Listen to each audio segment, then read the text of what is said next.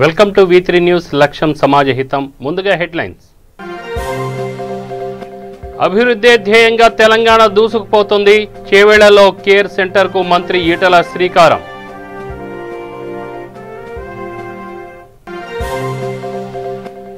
మలక్పేట మీ సేవ వద్ద బార్లు తీరిన వరద బాధితులు.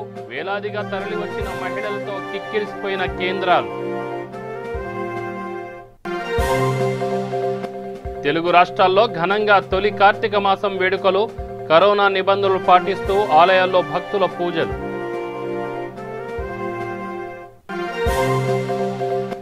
శ్రీకాళహస్తిలో ఘనంగా సప్తగోకులం పూజ.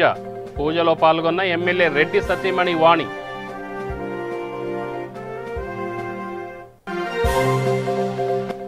తూర్పుగోదావరి జిల్లాలో గంజాయి కలకలం. ఇంజనీరింగ్ విద్యార్థిని అరెస్ట్ చేసిన పోలీసులు.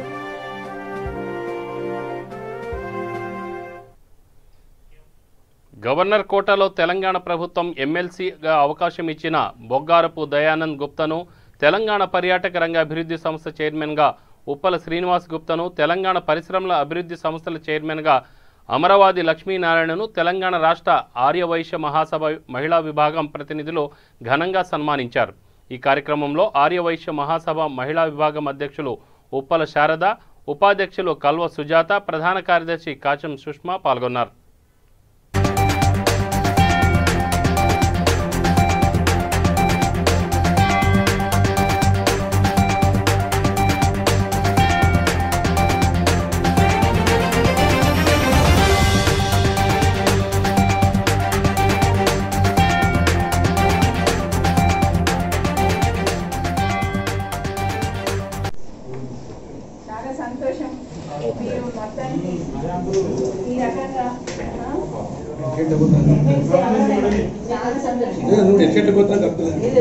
తిరగండి మేడం, మేడం ఇటు తిరగండి.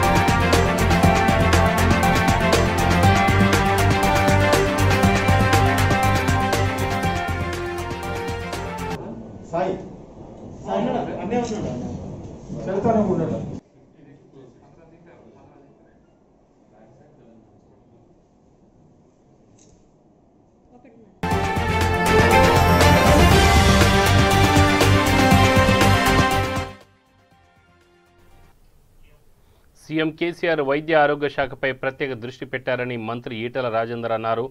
రంగారెడ్డి జిల్లా చేవేళ్ల మండల కేంద్రంలో పైలాటివ్ కేర్ సెంటర్ను మంత్రి ప్రారంభించారు. ప్రైవేట్ హాస్పిటల్పై ప్రత్యేక దృష్టి పెట్టామని, డబ్బులు ఎక్కువ వసూలు చేసే ఆసుపత్రులపై చర్యలు తీసుకుంటామని ఈటల చెప్పారు. చేవేళ్ల ఎంపీ రంజిత్ రెడ్డి సొంత నిధులతో ఏర్పాటు చేసిన అంబులెన్స్ను మంత్రి ప్రారంభించారు. ఈ కార్యక్రమంలో చేవేళ్ల ఎంపీ రంజిత్ రెడ్డి, రంగారెడ్డి జిల్లా ZP chairman Anitha Reddy, MLA Kale Yadaiah, MPP Vijayalakshmi, ZPTC Marpally Malathi, sarpanch Shailaja, Agireddy, వైద్యాధికారులు, టీఆర్ఎస్ నేతలు పాల్గొన్నారు.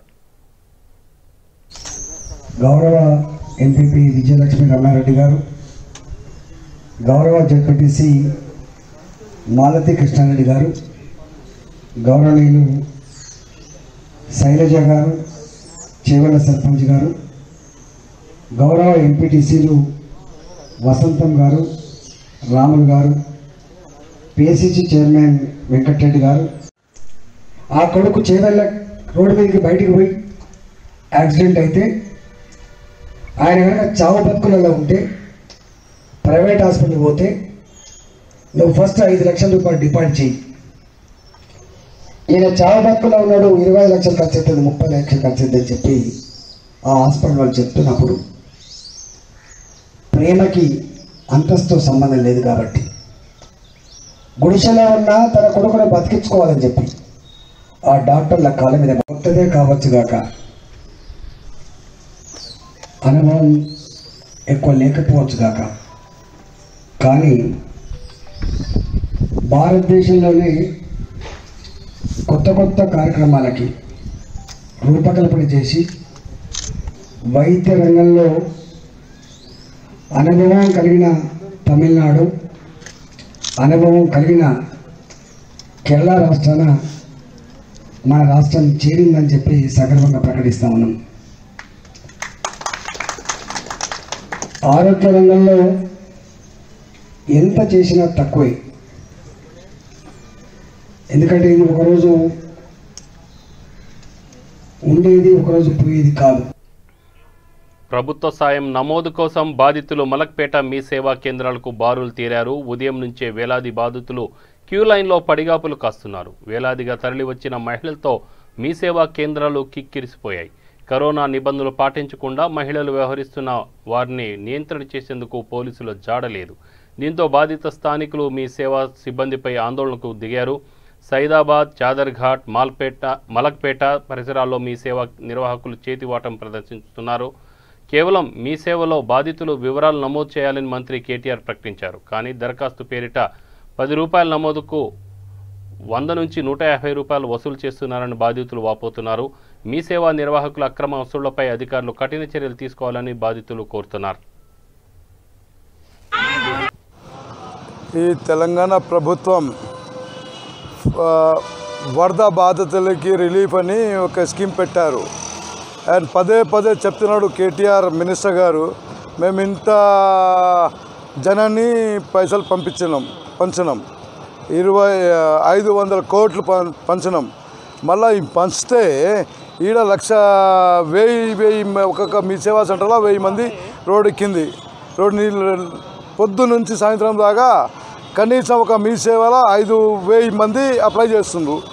మళ్ళీ ఆ పైసలు ఎక్కడ పోయింది? ఏ నాయకులు జేబులో పోయింది? ఏ వర్కర్స్ జేబులో పోయింది ఆ పైసలు? అరే ఇంత ఈ స్కీమ్ పెట్టి జనాన్ని మళ్ళీ రోడ్డు మీద ఎందుకు తెచ్చారు? డైరెక్ట్ వీళ్ళకి బ్యాంక్ పాస్బుక్స్ ఉంది, బ్యాంక్ అకౌంట్స్ ఉన్నది. 1,500 ఎట్లా పెట్టినావు?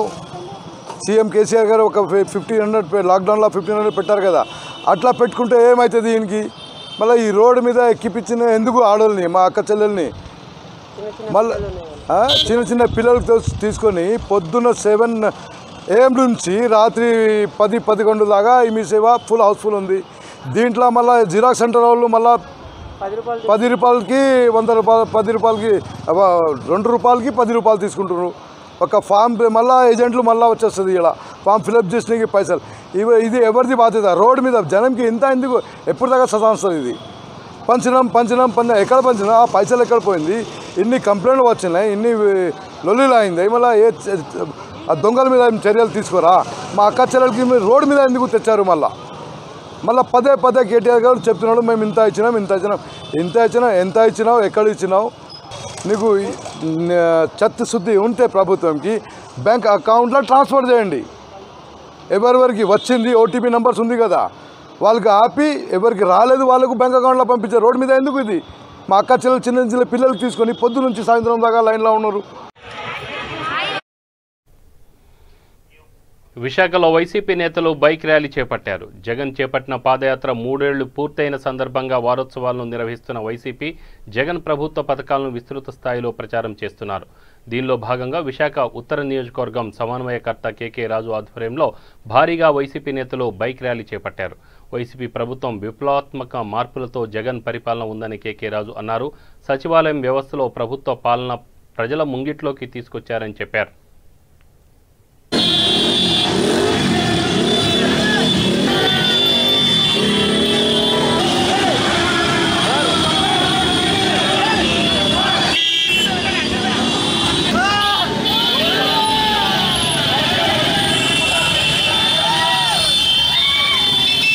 ఈ 16 నెలల కాలంలోని 73 సంవత్సరాల స్వాతంత్ర భారతదేశ చరిత్రలో కానీ 67 సంవత్సరాల ఆంధ్రప్రదేశ్ రాష్ట్ర చరిత్రలో కానీ గతంలో ఏ ముఖ్యమంత్రి చేయనటువంటి విధంగా ప్రభుత్వ సంక్షేమ పథకాల ద్వారా పేద ప్రజలకి, బడుగు బలహీన వర్గాలకి మేలు చేకూర్చడమే కాకుండా వెనుకబడిన వర్గాల వారికి రాజ్యాధికారానికి నాంది పలికి ప్రభుత్వ సంక్షేమ పథకాలని నిజాయితీగా, నిష్పక్షపాతంగా, పారదర్శకంగా ప్రజలందరికీ కూడా అందజేయడం కోసం జగన్మోహన్ రెడ్డి గారు వార్డు సచివాలయ వ్యవస్థ, వార్డు వాలంటీర్ వ్యవస్థను తీసుకొచ్చి ఆ వ్యవస్థ ద్వారా కులాలకి, మతాలకి, పార్టీలకు అతీతంగా అర్హత ఉన్న ప్రతి ఒక్కరికి కూడా ఈరోజు సంక్షేమ పథకాలు అందజేస్తూ ఉన్నారు. ఒకవైపు జగన్మోహన్ రెడ్డి గారు చేస్తున్న మంచి పనుల్ని, చంద్రబాబు నాయుడు చేస్తున్న దుష్ట రాజకీయాల్ని ప్రజలకు చేరవేసే విధంగా ఈరోజు ఈ కార్యక్రమాలు చేపట్టడం జరిగింది. 10వ రోజైన ఈరోజు విశాఖ ఉత్తర నియోజకవర్గంలో గత 9 రోజులుగా వేలాది మంది ప్రజలతో కలిసి ఈ పాదయాత్ర చేయడం జరిగింది. ఈరోజు పెద్ద ఎత్తున బైక్ ర్యాలీ ద్వారా నియోజకవర్గం మొత్తం కూడా పర్యటన ఏర్పాటు చేయడం జరిగింది. ఈ 10 రోజుల పాటు జై జయ ధ్వానాలతో జగన్మోహన్ రెడ్డి గారిపై అభిమానంతో ఈ కార్యక్రమంలో పాల్గొన్న వైఎస్ఆర్ కాంగ్రెస్ పార్టీ కార్యకర్తలకు, నాయకులకు, ప్రజలకు, ముఖ్యంగా మీడియా మిత్రులకు, సహకరించిన పోలీసు వారికి అందరికీ కూడా హృదయపూర్వక ధన్యవాదాలు. నెల్లూరు జిల్లా గూడూరు నియోజకవర్గంలో ఎమ్మెల్యే వెలగపల్లి వరప్రసాదరావు వ్యవహారం వల్ల వైకాపాలో వర్గ విభేదాలు నెలకొన్నాయి. ఎమ్మెల్యేకు వ్యతిరేకంగా కోట మండలం విద్యానగర్ నుంచి కోట వరకు వైసీపీ కేంద్ర కమిటీ సభ్యుడు కొడవలూరు ధనుంజయ రెడ్డి ఆధ్వర్యంలో పాదయాత్ర నిర్వహించారు. రాష్ట్రంలో పార్టీలకు అతీతంగా ప్రభుత్వం సంక్షేమ పథకాలు అర్హులైన వారందరికీ అందించాలని పనిచేస్తుంటే వైకాపా కార్యకర్తలు అర్హులైన వారికి సంక్షేమ పథకాలు అందడంలో జాప్యం చేస్తున్నారని వైకాపా కేంద్ర కమిటీ సభ్యుడు కొడవలూరు ధనుంజయ రెడ్డి ఆవేదన వ్యక్తం చేశారు.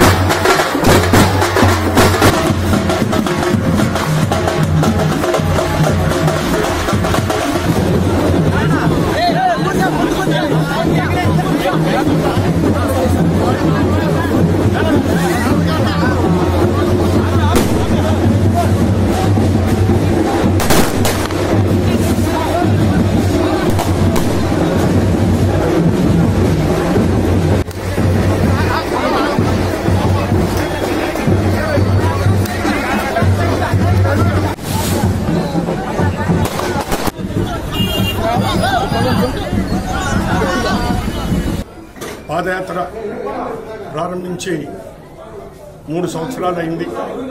ప్రజల కష్టాలు తెలుసుకునేదానికి, వివిధ సమస్యలు తెలుసుకునేదానికి, రాష్ట్రంలో ఉన్నటువంటి అనేక వనరుల గురించి తెలుసుకునేదానికి 3600 చిల్లర కిలోమీటర్లు 1.5 సంవత్సరం తిరిగి తెలుసుకున్నటి నవరత్నాల పేరుతో ఇంప్లిమెంట్ చేస్తూ ఇంకా ప్రజలకు ఏమైనా చేయాల్సింది ఉందా అని తెలుసుకునేదానికే ఈ 10 రోజులు మమ్మల్ని గ్రామంలో ఈ పాదయాత్రలు చేసి గ్రామ స్థాయిలో ఉండేటువంటి సమస్యల్ని, ఈ సంక్షేమ పథకాల్లో ఉండేటువంటి డెలివరీ సిస్టంలో ఏమైనా లబ్ధి వాళ్ళకి చేకూరుతున్నటువంటి సంకేతాలు మీకు వేరే చెప్పనక్కర్లేదు.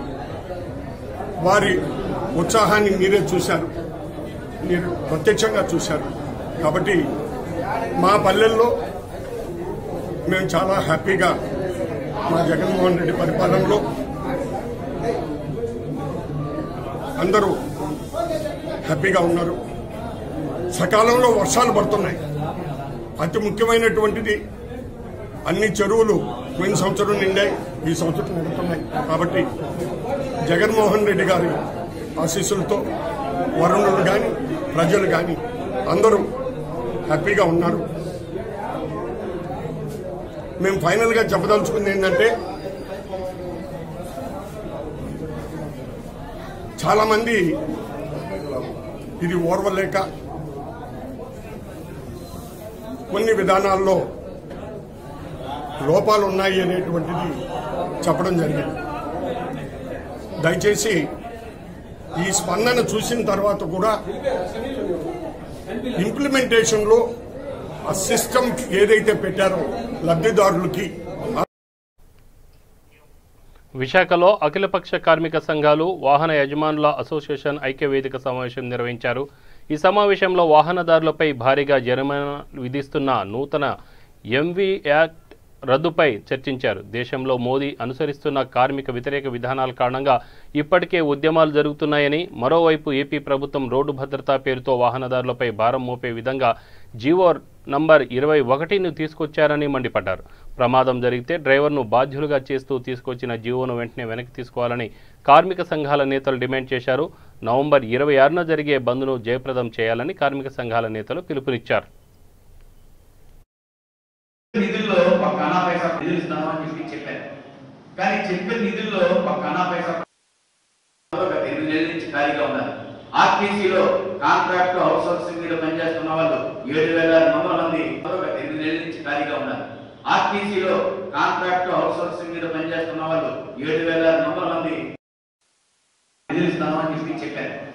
కానీ చెప్పిన నిధుల్లో ఒక అనా పైసా నిధులు ఇస్తాను అని చెప్పారు. కానీ చెప్పిన నిధుల్లో ఒక అనా పైసా దేశంలో నరేంద్ర మోడీ అనుసరిస్తున్నటువంటి కార్మిక ప్రజా రైతు వ్యతిరేక విధానాలకు నిరసనగా దేశవ్యాప్తంగా ఆందోళన జరుగుతోంది. మన రాష్ట్రంలో జగన్మోహన్ రెడ్డి గారి ప్రభుత్వం ట్రాన్స్పోర్ట్ కార్మికుల మీద, మోటార్ కార్మికుల మీద నష్టం చేసే విధంగా, భారాలు వేసే విధంగా జీవో నంబర్ 21 అనేది తీసుకొని వచ్చారు.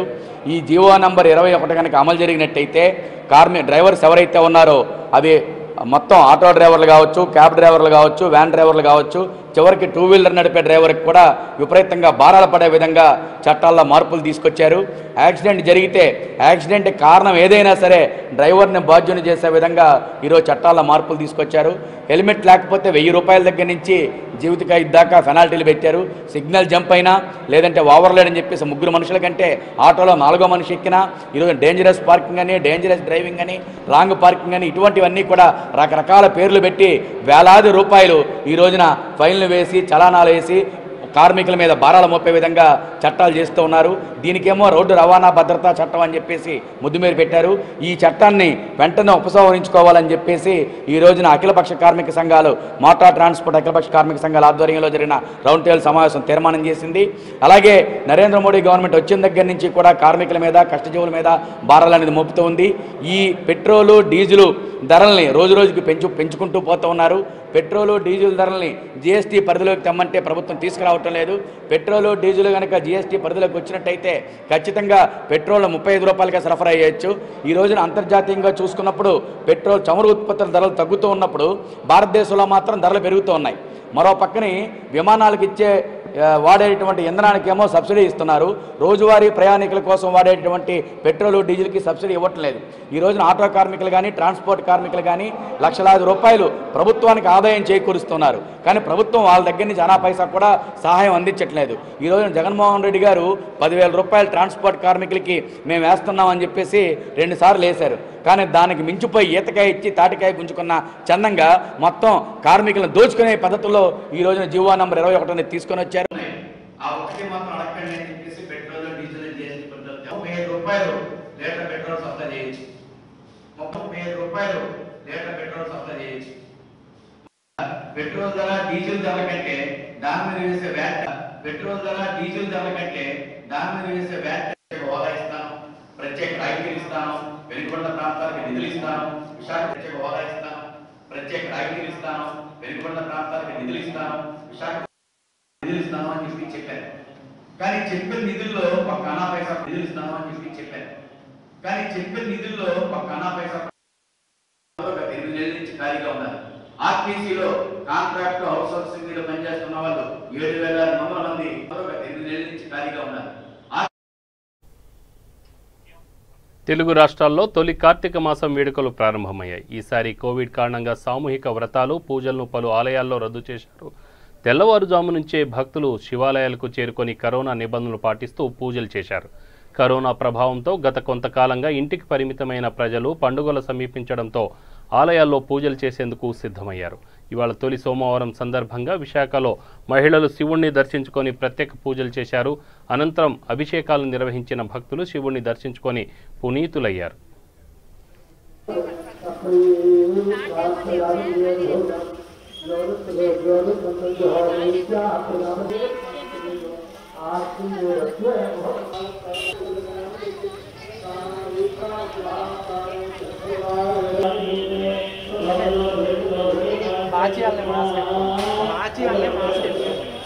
ఉన్నాడు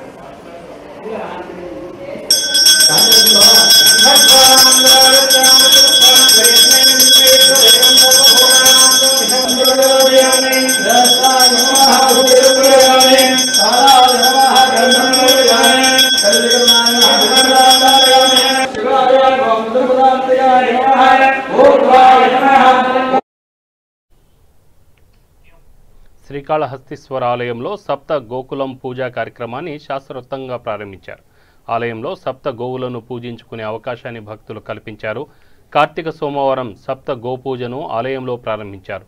ఈ పూజా కార్యక్రమానికి శాసనసభ్యులు రెడ్డి సతీమణి వాణి విచ్చేసి పూజలో పాల్గొన్నారు.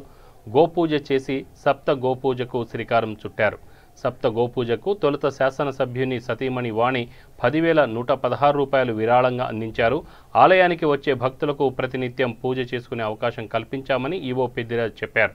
ఈ పూజా కార్యక్రమానికి ప్రత్యేకంగా భక్తుల విరాళాలతో అభివృద్ధి చేస్తామని పేర్కొన్నారు. ఈ కార్యక్రమంలో ఆలయ EO Krishna Reddy, AEO Dhanpal, temple inspector Sudarshan, స్థానిక వైసీపీ నేతలు వాసుదేవరెడ్డి తదితరులు పాల్గొన్నారు.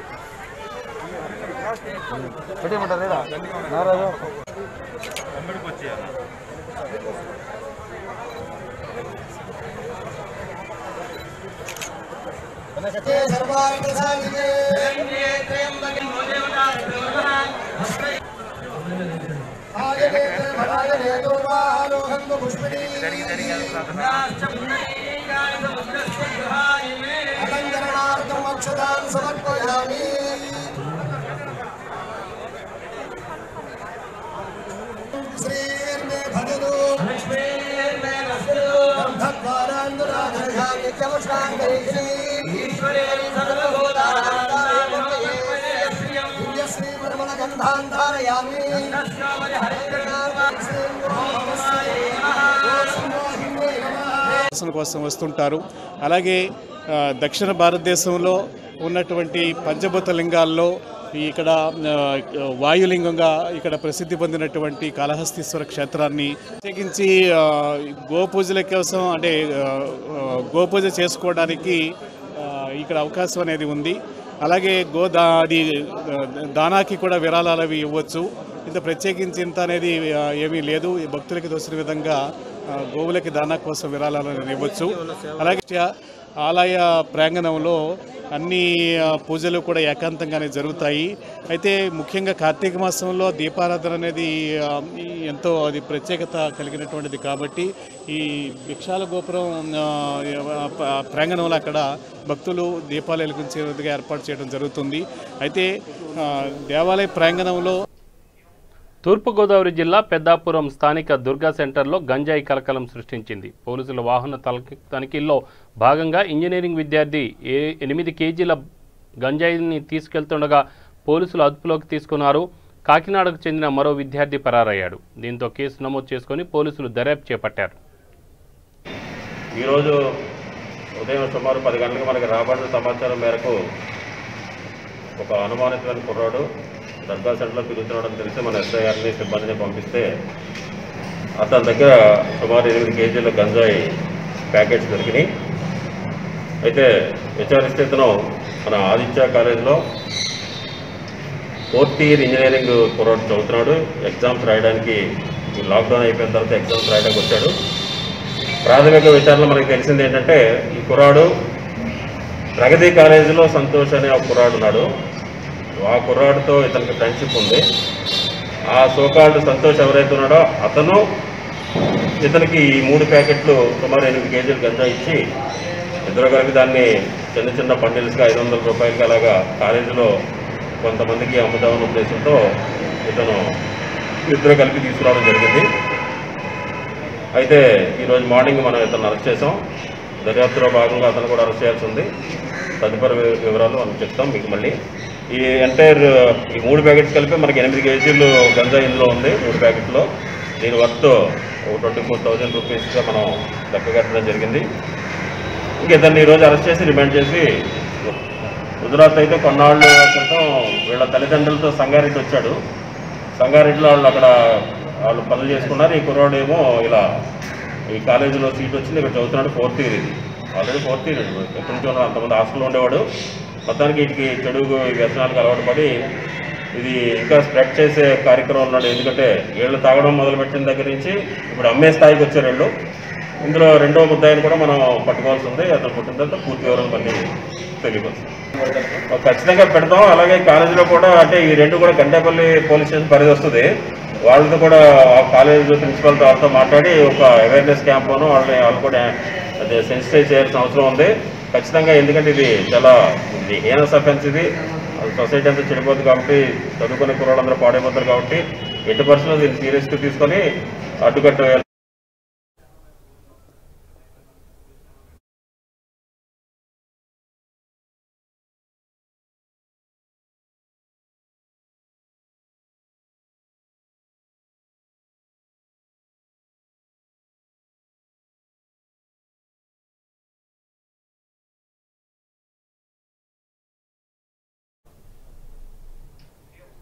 పచ్చని కొమ్మకు తోబొట్టువు ప్రకృతినిస్తాం.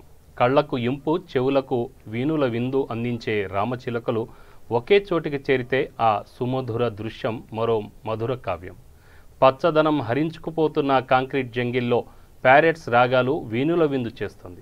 రామచిలుకల నేస్తంగా మారిన ఓ వ్యక్తి ఇంటి ముంగిట్లో వాలిపోతున్న వందలాది రామచిలుకలు ఆ ఇంటి స్వరూపాన్ని ఆకుపచ్చదనంతో అందంగా తీర్చిదిద్దాయి. చిలుకంటే అందానికే అందం. చిన్నారుల పలుకులను 16 ఏళ్ల పడుచు కులుకులను కవులు చిలుకతో పోలుస్తారు.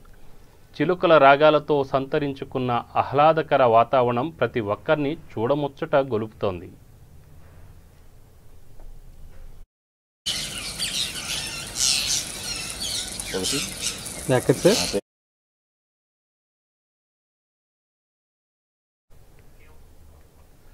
విశాఖ నగర పరిధి చుట్టూ పొదరిల్లుగా ఉండే అనేక పార్కులు, అందులో చెట్లున్నా చిలుకలను చూసే భాగ్యం కలగడం లేదు.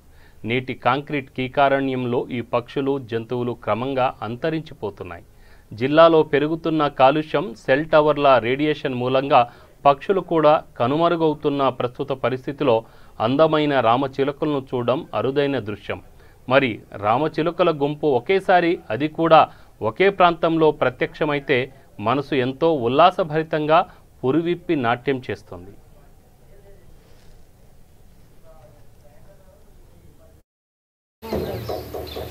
కాదు ఎవరైనా తీస్తారంటే ఈ పాటికి ఉంటారు ఇప్పుడు వస్తాయి కానీ ఈ చెట్లు గింజలు లేకుండా చేసి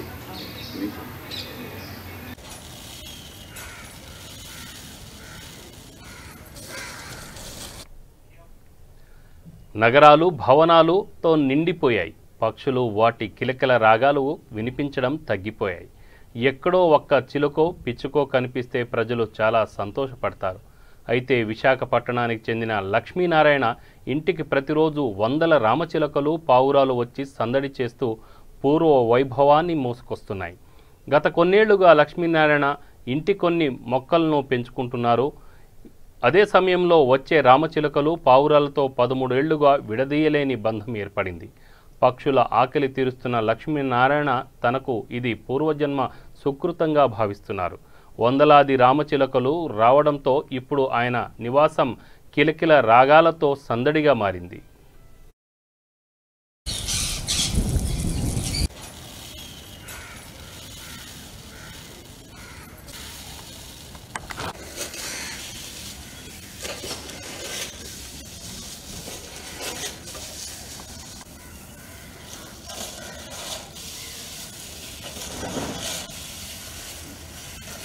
అది మరి ఫస్ట్ టైం వచ్చాయి, అవి అలాగా అలవాటుగా తీసుకొస్తా ఉన్నాయి.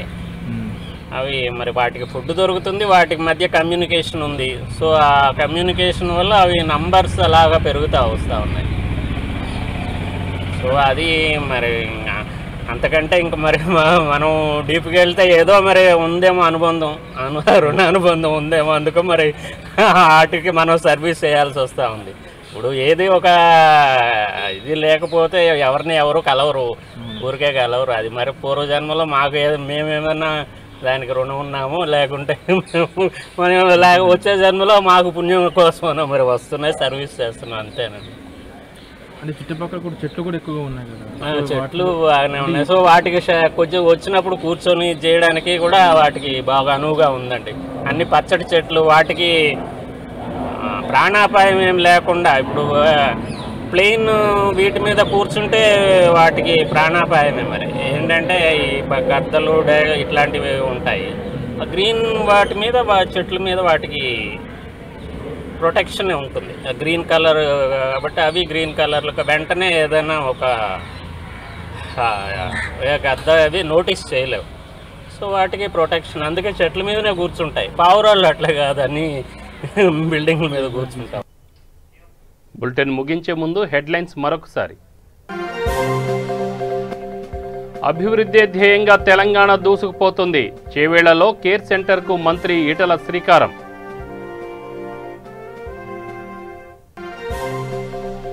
మలక్పేట మీసేవ వద్ద బారులు తీరిన వరద బాధితులు, వేలాదిగా తరలివచ్చిన మహిళలతో కిక్కిరిసిపోయిన కేంద్రాలు.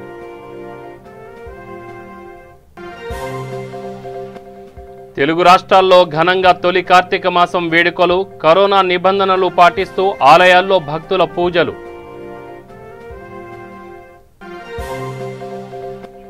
శ్రీకాళహస్తిలో ఘనంగా సప్త గోకులం పూజ. పూజలో పాల్గొన్న ఎమ్మెల్యే రెడ్డి సతీమణి వాణి.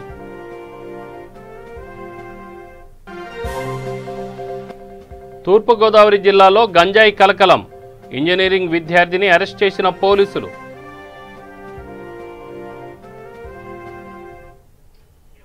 ఇవి బులెటిన్ వివరాలు. Stay tune V3 news. లక్ష్యం సమాజహితం.